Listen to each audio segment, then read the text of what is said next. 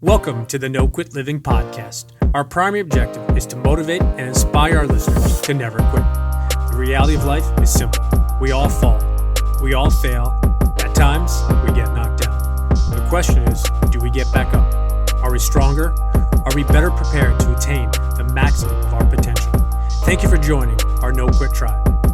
As you go for your greatness today, never quit.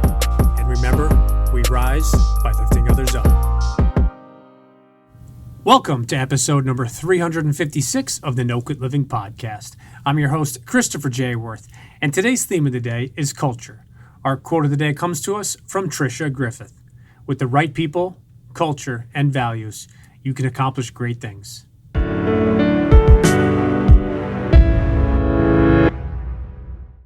As we are now in our final 3 months of 2022, if you are looking to get more organized, focused, and finish your year off on a positive note, we welcome you to take a look at our Clear Planner. Imagine a journal, calendar, planner, and goal tracker all in one. You can head on over to theclearplanner.com to take a look.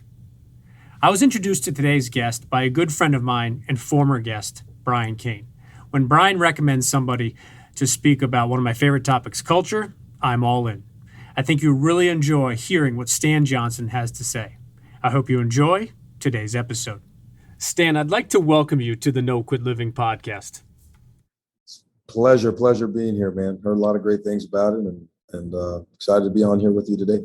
I appreciate it. First question we ask is, are you ready to positively impact at least one person today? I hope so. I really hope so. I'm looking forward to it. The gist of our show and the whole premise behind it is the idea of never giving up and not quitting. And I was curious if you yourself have either a personal story or a professional story where you could have given up or given in, but you didn't. Yeah, I mean, there's probably a bunch, but the one that stands out, it's funny. Yesterday was 32 years, marked the day, 32 years since my family escaped the civil war in Liberia, West Africa. And if you go on my Twitter or Instagram right now, you can see my mom actually sent me some pictures she got through Facebook from somebody who was boarding that plane. They had to land a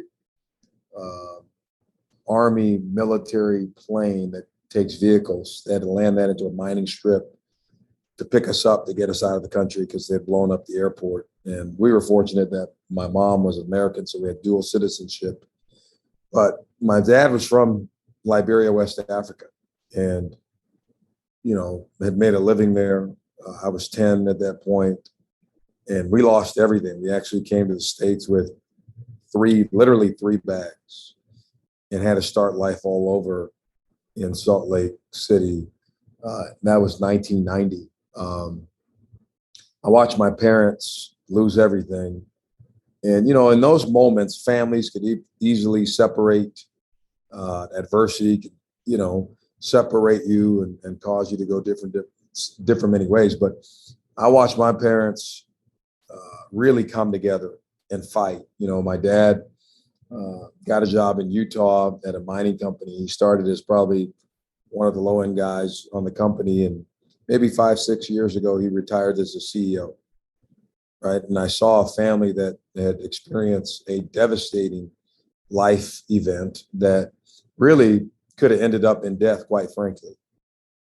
And I watched as a second chance just turned into something incredible. I look at my own family now, and my kids, for example, that never would have happened had we not survived that.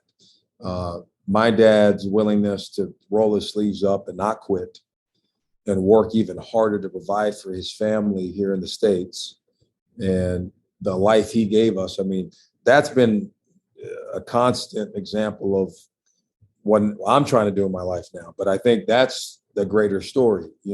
Without that no quit attitude by my dad and our whole family, quite frankly, has led to some great years and great experience and a tremendous life.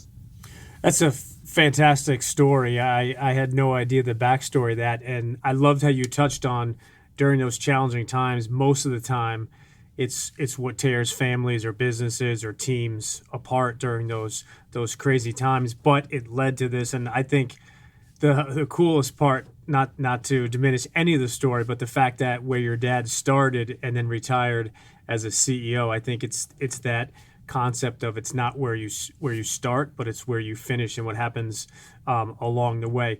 I have to ask you, but are you a Utah Jazz fan because of that then? Oh, absolutely. I moved to Utah when I was 10, and in Liberia and Africa, you play soccer. I played soccer and tennis. I learned very quickly I better learn how to play this game. And when you're in Utah, I got there at the beginning of the Stockton and Malone era, and then they got really good, and you were kind of baptized into that. Yeah, I was actually at the game when Jordan hit that last shot. So Oh, huge Jazz fan till this day. I had no other choice. so I won't share the story that the reason behind No Quit Living and our colors being red, black, and white are because I was a huge Chicago Bulls fan. So I'll leave that for a You side caused note. me a lot of sleepless nights. Interesting question we ask each guest is if you had to describe yourself, but you could only pick one word, what word would you choose? Passionate. You know, I think our guys would tell you, people around me, my passion runs deep. It overflows, probably too much sometimes, but that would be the word. Well, I would argue against that. It can't be too much because I think as a former college coach myself, there are so many times where people don't have that passion, and I think that's the difference of not only winning and losing games and things in life, but it's that extra effort. And I think having passion for anything in life is the difference of those people that are average versus good versus the people that are really truly the best. So we have a very good friend in common, Brian Kane, and he was the one that introduced us, and I know you're a big culture guy, and I just have to first question along that lines is what got you into the whole idea of culture, and how did you take that not only from learning about it but implementing it into a key part in your program? Well, I think for me, culture. No, I think when people talk about culture, they often just times relate that to business or sports. I grew up in a great culture. And what I mean by that, our home, my parents established a tremendous culture of discipline, a culture of education, a culture of inclusion. I always say, like, my home growing up when I was in high school, especially, man, it was like the United Nations. So many people of different backgrounds. It was awesome. And my mom would, my mom cooked so much, that was the place people would come and eat and feel good. And then, we'd go out and kind of hang out. It got to a point where I went to college and my friends were kind of still around. I would be at college and they would be at my house on the weekends calling me, telling me what they were doing. That was a great culture. And I saw that, the discipline, how my parents pushed us and the love. And, um, so I've always been infatuated with that because of how I grew up. And how do you take that and how do you drill that and how do you put that into an organization? I think also I've worked at like 9 different places. I've seen the bottom of what NCAA basketball looks like, and I've seen the very top in terms of resources. I've seen different kind of coaches and how those places make people feel. And based on those experiences, that's helped shape me, my beliefs, why I think it's important. Because you have culture, whether it's intentional or not. And that's what people don't understand. It's happening. So you can be intentional about it, or you can just let it happen. But culture exists whether you recognize that and whether you're working on it intentionally or not. Yeah, I think the thing that I often talk about with culture is every team, organization, family has a culture, whether it's by design or default. And Yeah. I'm curious to get your perspective being a college basketball coach. I think so many programs and so many organizations will put something up on the back of a wall or the back of practice jersey. And I don't want to demean that in any way, shape, or form. I was guilty when I was a head varsity basketball coach at high school. We had some of those things, but I think it's not about just saying something or putting up on the wall or on the back of a jersey. It's what does this mean to us? And one of the things that I talk about, and I wanted to get your perspective on this, is taking the culture to another level, is identifying what are those standards and expectations we have for our program. Yeah, I mean, for me, culture is a set of behaviors, right? I mean, it's really a set of behaviors which is driven by us humans. And to your point, I've been in a lot of locker rooms. I've been in a lot of organizations and companies where they've had great things on the walls. But if you went around and you asked the employees, what do we stand for? You'd get 10 to 15 different answers from 10 to 15 different people that you asked. And an unbelievable culture, a great culture, they're all aligned. They understand what they stand for, right? They speak the same language. And again, when we talk about intent, I think whether you're the CEO of a Fortune 500 company or the basketball coach at Loyola Marymount, it's important for the people you work with to understand what we stand for. Be intentional about that. So like for us, I'll quiz my guys, and we have a culture meeting every Wednesday where we go through everything, but it's a chance to kind of rehash our beliefs. So like there's three things for us we stand on, our core principles. We are selfless, we are connected, and we are relentless. Selfless means LM over you. Loyola Marymount over you. It's not about you, it's about Loyola Marymount. Connected. Relationships before championships. Again, going back to my home, I saw what a deep connection, what that could lead to. Before we can win big here, we have to love each other the right way so we can push each other, so we can have permission to be honest with each other, right? And then the last thing is relentless. We attack frickin' everything we do. And that means when it's time to study, we attack that. We give our best effort.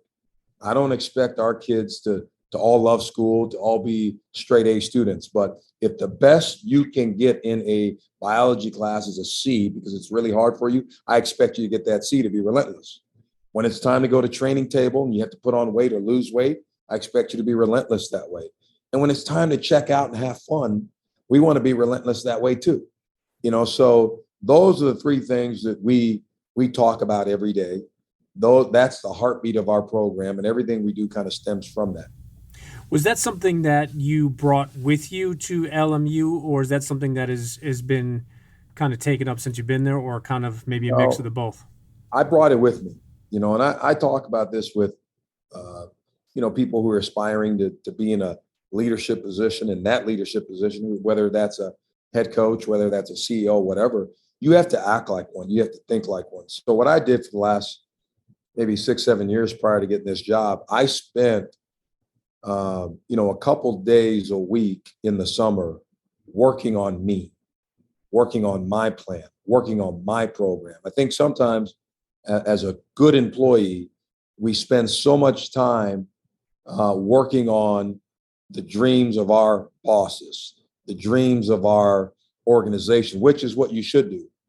But you also have to find time to work on you when you get an opportunity. And these are things I had in line. And it took me a while to get here. I didn't get off, it took me 6-7 years to settle on selfless, connected, relentless, based on my experiences. Those were things I played with.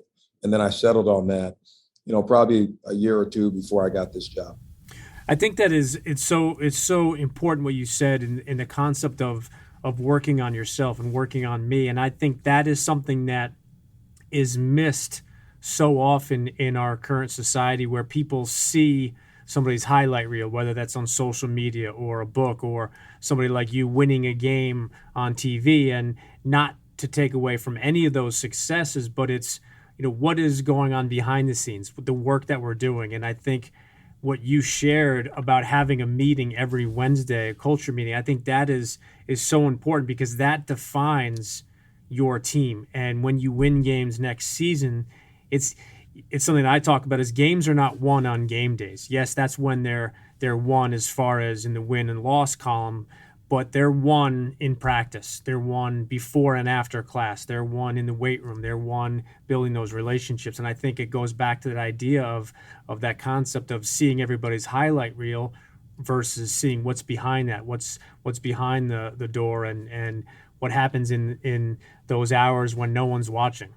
Yeah, well, I said all the time, like we see people who become successful and we want that, right? Now I'm always like, hey, be careful. You have no idea the price that person had to pay to get there, and that's the one thing about this. The price of this is always on the back end. It's not always on the front end. Culture is not something that happens overnight. I'm probably the most impatient human being you're ever going to meet. And I have to tell myself, as we build this thing, there's going to be, we knocked it out of the park year one. Year two, we kind of took a step back. I kind of want to do this. That's not realistic. And there's a process to all of this. But if you have a plan and you're true to that plan, and you're staying with that plan, and you're intentional about that plan, you're being accountable to that plan, good things will happen. Like, for example, we're going to start our first culture meeting of the summer next week. Our guys are checking in this week. And one of the things I'm going to do is we're going to read The Power of One More. I'm going to buy everybody on our team that, by Ed Milet, his new book, right? There's so many good things. And we're going to, if you can see it, it's yeah, I can right see there. it, right? We're going to break that down, every, 4 chapters read every week before we meet. And because I think there's some good things that we can learn and grow from as a program and as individuals. So it's trying to be intentional to give our guys and the people in our program, our coaches, everybody a chance to be successful, to think differently. Is reading a book together as a team, is that something that you've always done, or is it something that you brought to LMU? It's not something we've always done. It's definitely something that I brought here. Again, it's a decision. Like these guys have a lot of time commitments. I eat up a lot of their time. They have school. So how are you going to invest it? And I've made a decision here to try to invest in them, to try to invest in our culture, hoping that if we can get that right, the other things that we want to do, the winning, the competing, the playing hard, the being selfless, the being connected, the being relentless, will stem from that. So if I have to make a decision how I'm going to spend my time, I'm usually going to bet on the culture piece. So that's time consuming. It's something, up front, all the guys aren't, man, we have another book to read on top of everything else, but it's an investment into who we want to become. One of the first programs I worked with was actually the Sacred Heart girls basketball team, and the coach there, a good friend of mine, Jessica Minetti, she was also on the podcast a couple of years ago. She was the first one that introduced to me the idea of reading books together as a team. And back then she was doing one book in the first part of the season. Then during that little break they had over December and January, they picked another book. And it was the first thing I asked her. I said, well, what's the response? And she said the first response, just like you said, the girls are kind of like, all right, we have to do this on top of everything. But she was very strategic with the books she selected. And she went on to share that depending on the team that she has, the culture and the women on the team, she might say, okay, we need a book geared towards this or towards that. But I think so many programs have done it. And one of the programs that I worked with this past basketball season, they chose Can't Hurt Me by David Goggins, which was fascinating to work with them as being someone in my 40s, talking to kids 19, 20, and 21, thinking about the whole David Goggins mindset as a 20-year-old versus a 40-year-old. But have to ask you, so excluding Ed Milet's book, is there anything else you've read recently, or maybe something else you're currently reading that you'd like to recommend to our listeners? I just got done reading, Good to Great. I think that's a terrific book for leadership. There's the book called Winning Begins in the Locker Room. That again, that's all culture based. There's so many. I every summer I try to give myself 4, 5, 6, 7 different books. I don't always get to it, but I want to overwhelm myself that way. No, but there's so many. Multipliers is another great book. I don't know if you've heard of that. But those are some of the ones I've just recently completed. And, that I think, again, in any organization, whether it's coaching or whatever you're doing, it transfers, so I'm always looking for creative ways. I love that. And I couldn't agree more. I think it's you said something before, it's wanting it right now versus that investment, and the ROI is not what you do today. It's what you did yesterday, a week ago, a month ago, and you compound that. And I think all of a sudden that's when you have results. I'm sure you're familiar with the famous quote by Jim Rohn: "You are the average of the 5 people you spend the most time with." If I could grant you dinner with any 5 people you could level up with, dead or alive, who would you pick? Man, that's tough.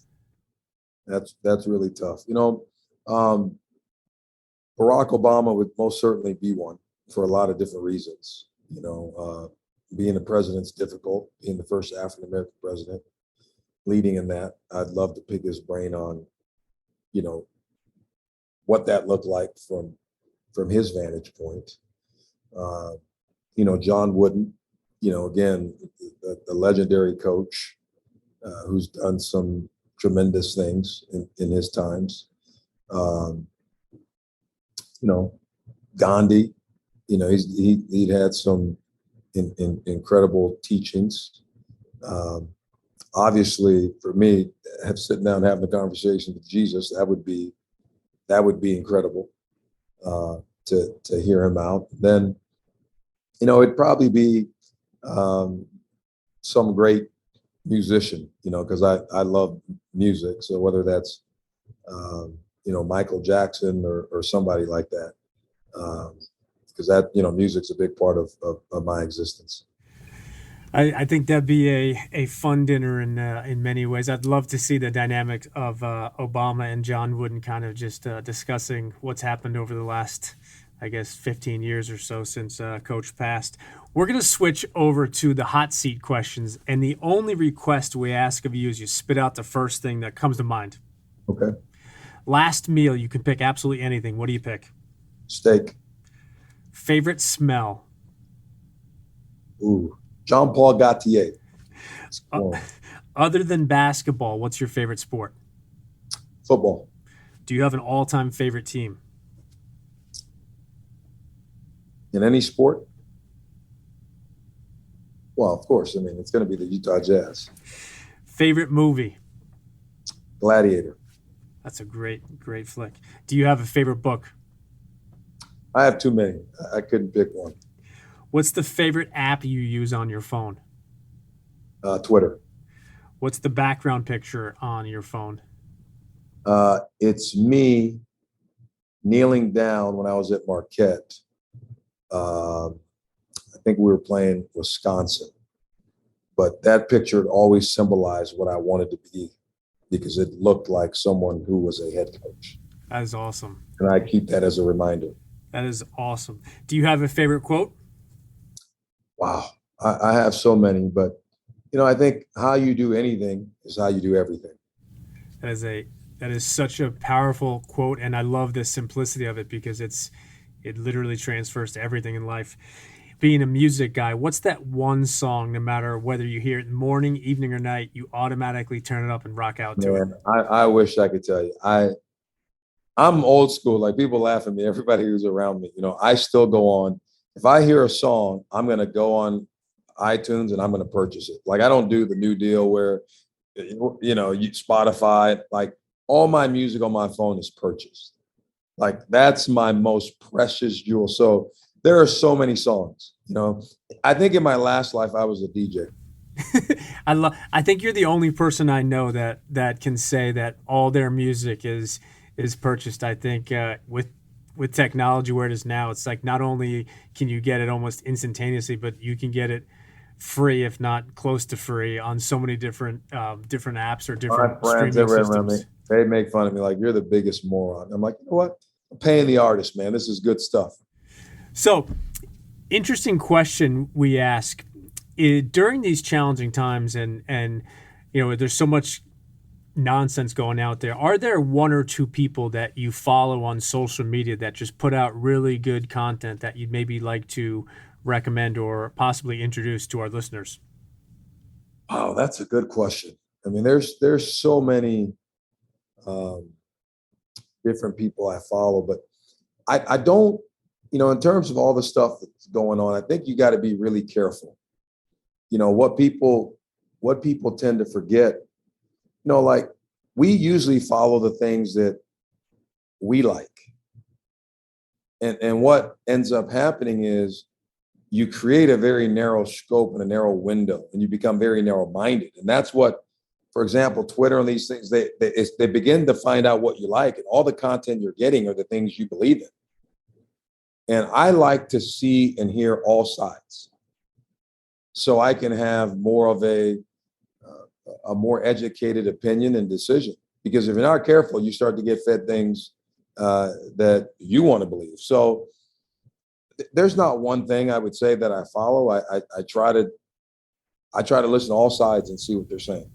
I love that. I was at a conference a couple of years ago, and I forget the speaker, but to that almost verbatim, they were talking about, having a, single focus of who you follow, what you listen. And what the speaker shared was that every year he tries to read a couple books that are completely out of his realm. So, for example, if he was a Democrat, he would read a book on a Republican. If he was not into science fiction, he would read one book. And I just thought it was interesting, and I think it aligns with what you said, because I think in today's day and age, we know what we like, and the algorithms 100% work. It continues to feed you exactly what you like versus what you don't like. But I think to your point, we get that narrow focus of always seeing that opinion, and not that you want to have 500 people that you're following or listening to, but I think it's important to at least understand someone's perspective. You don't have to change yours or look at it as you're right, they're wrong, but I think it's so important to just understand what else is out there. Yeah, like you just hit it on the head. I think perspective, I think we have such a hard time as a society right now having a conversation. We got to have a conversation. At the end of the conversation, guess what? I may still have my stance and you stem it, but at least we have an understanding. And I think a lot of times we can't agree because we don't even know where the other person's coming from, or we won't even give them the chance. So I try to be a little more open-minded with that. Or it's like when you're having that conversation, you're just watching the other person's mouth. That the second they stop talking, you just jump in. And if the other person asked you, what did I just say? You'd be like, I have no idea. I just need to get my point across, or I just need to tell you why I'm right, so you can change your opinion. So we both agree. Yeah, no question. I agree with that. So for our listeners that want to either connect or follow you, I know you said Twitter is your favorite app you have. Is there what's the best way for them to follow you and find out more about what you got going on? Well, I'm at on Twitter. I think my handle is at Coach LMU Coach Johnson, and it's the same for Instagram. And those are the two platforms that I use.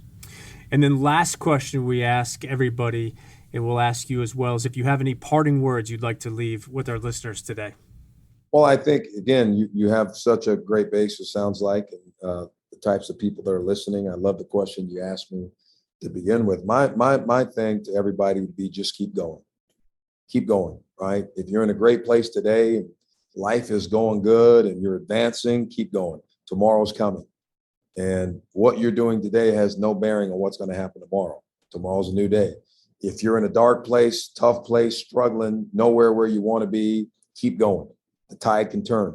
The only way it doesn't turn, and the only way you don't keep succeeding, is if you quit, if you stop. It's going to get hard. It's going to get hard. It should be hard. And some of the great stories come from hard. In fact, most of all great stories come from hard. And what you said to me earlier is so true. We love the highlight reel. Everybody loves the highlight reel. But the behind the scenes is the process. Fall in love with your process, because that's where the beauty is. And I think when you do that, you're going to look back, even when you accomplish, and go, man, that is what helped me get here. And if you can live that way, without a comparison mindset, look at Johnny. I'm 42 and he's 31 and he's already doing this. And look at Sally. She's doing this. Your race is completely different than the next person. And I've seen so many successful people. There's been people who hit success in their late 20s, and by the 30s, they were at rock bottom, right? And there's been people who have struggled, and when they got to their 50s, 60s, and 70s, they were at their peak. Keep running your race, stop comparing, and enjoy the process and embrace it. And let's see where life takes us. That would be my parting take. I love that, Coach. I think that's a perfect place to end today's podcast. So I truly, truly appreciate your time, and I hope that we can connect again soon. Awesome. Thanks for having me. Enjoyed it.